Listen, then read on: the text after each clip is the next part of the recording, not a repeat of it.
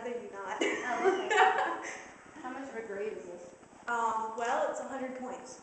Boring. We'll behave. Yeah. Yes, we'll behave for you. Yes, we'll Okay.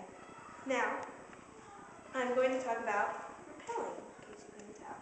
I'm going to show you some basics as far as getting ready to rappel. As you can see, I'm tying back my hair because you don't want your hair getting, not that some people have a problem with that.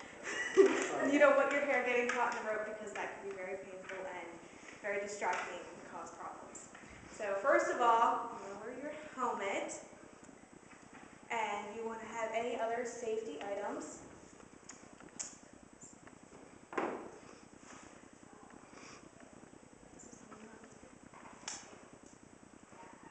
Okay. I'm not wearing gloves, which is also needed. This is the harness. There are other types of harness. There's weaving, which Tim and both me and Tim learned in Texas.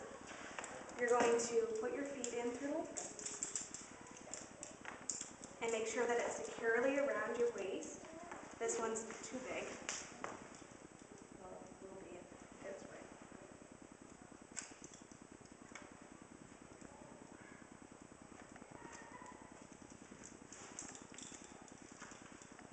And you want it to be tight, because the tighter it is, the more secure you are, and it's better for you. It actually feels better if it's tighter to begin with, because you're dangling and everything's going to be tight.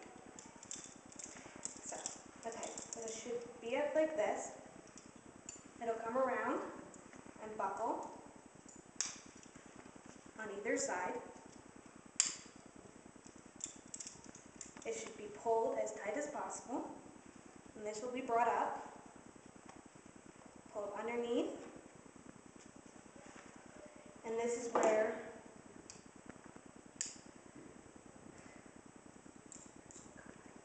Carabiner. Goodness, I can't believe I forgot the word. Carabiner will be held. Now for rappelling, it's called a high angled environment. You'll be having this on a higher area, and you'll be attaching it securely to your anchor. You want to make sure that your anchor is sturdy, and if you're going on a steep hill, you're going to attach it most likely to a tree or some sort of item that will not move. You want to make sure that your tree is a good length around. You should always have plenty of rope, and you should circle it around the tree several times, making sure that it's loose. You will hold it, and you'll take another carabiner. I have several.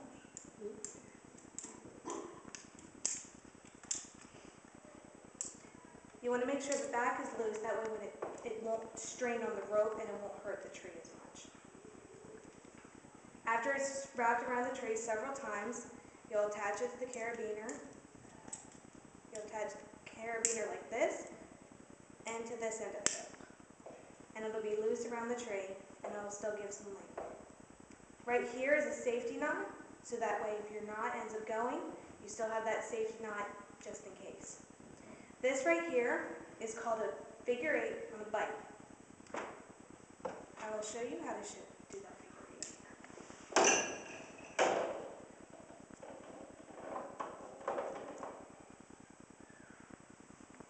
You'll take a length of rope, however long or short.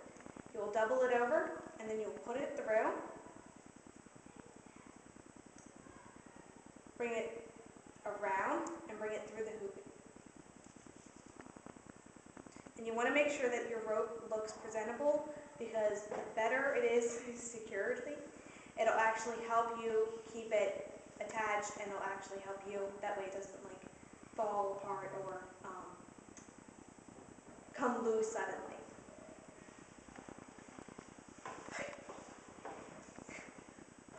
Yes, and then of course you need the safety knot.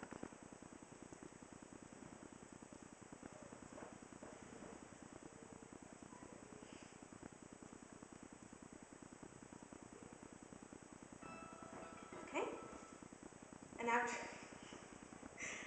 it's secure enough, you'll be attaching it above on a high area. We did it on a 60-foot tower, as you can see right here. This is the knot, and then this is the smile, which is what you're going to want to do next. I'm going to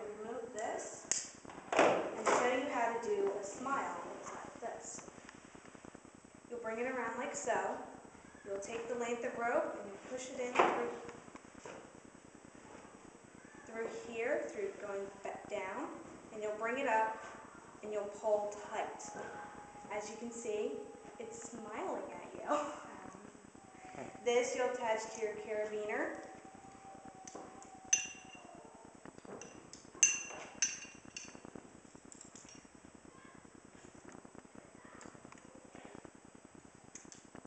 Like so. And this part will be hanging from a high area. This part you'll keep up here like this, and the other part you will bring around to the back of your bottom of your back. You want to hold it as steady as possible, and if you get into any trouble, you're told to let go. It'll move, and the rope will actually catch itself. You don't want to fumble around with it because that'll actually make it worse. Because if the rope can't catch itself, you actually can be sitting there by yourself, hanging over the side, and completely have your hands spread out. And the rope will just contain itself. We actually were told to do that. It was very unnerving. Of course, when you're going rappelling, you need to have at least 2 people with you. You have the repeller and the belayer. Belayer stays at the bottom and holds the back of the end of the rope. When you get on it, you say belayer on. You attach yourself and you say rappelling. You go back, you fall back, and you put your body into an L shape. You're going to be standing much like this girl was. As you're going down, you will work your way down one step at a time. It's very unnerving, but it's a lot of fun. Just look around and see what you're doing.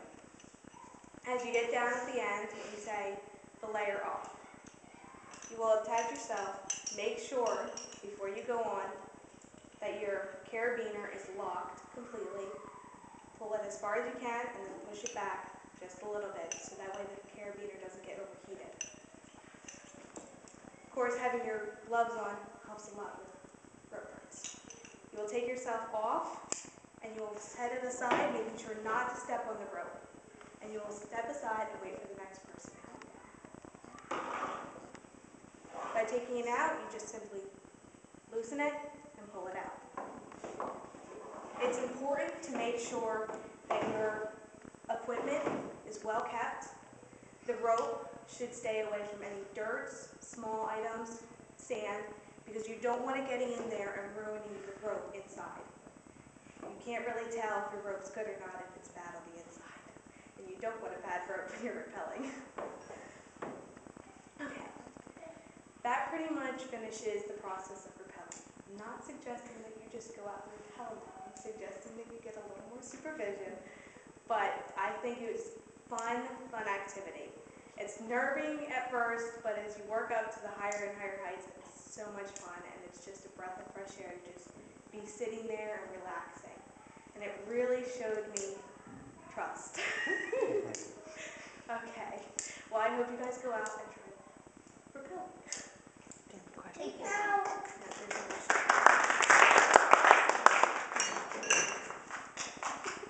How do you get your rope down after the last guy comes down?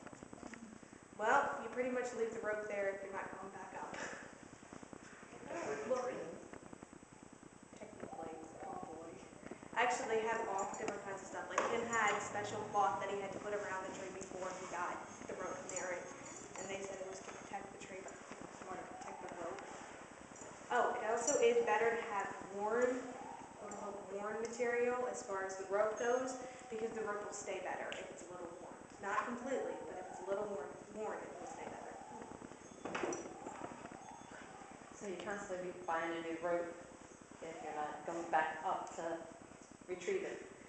Yeah, but usually in most situations you're going down for emergency.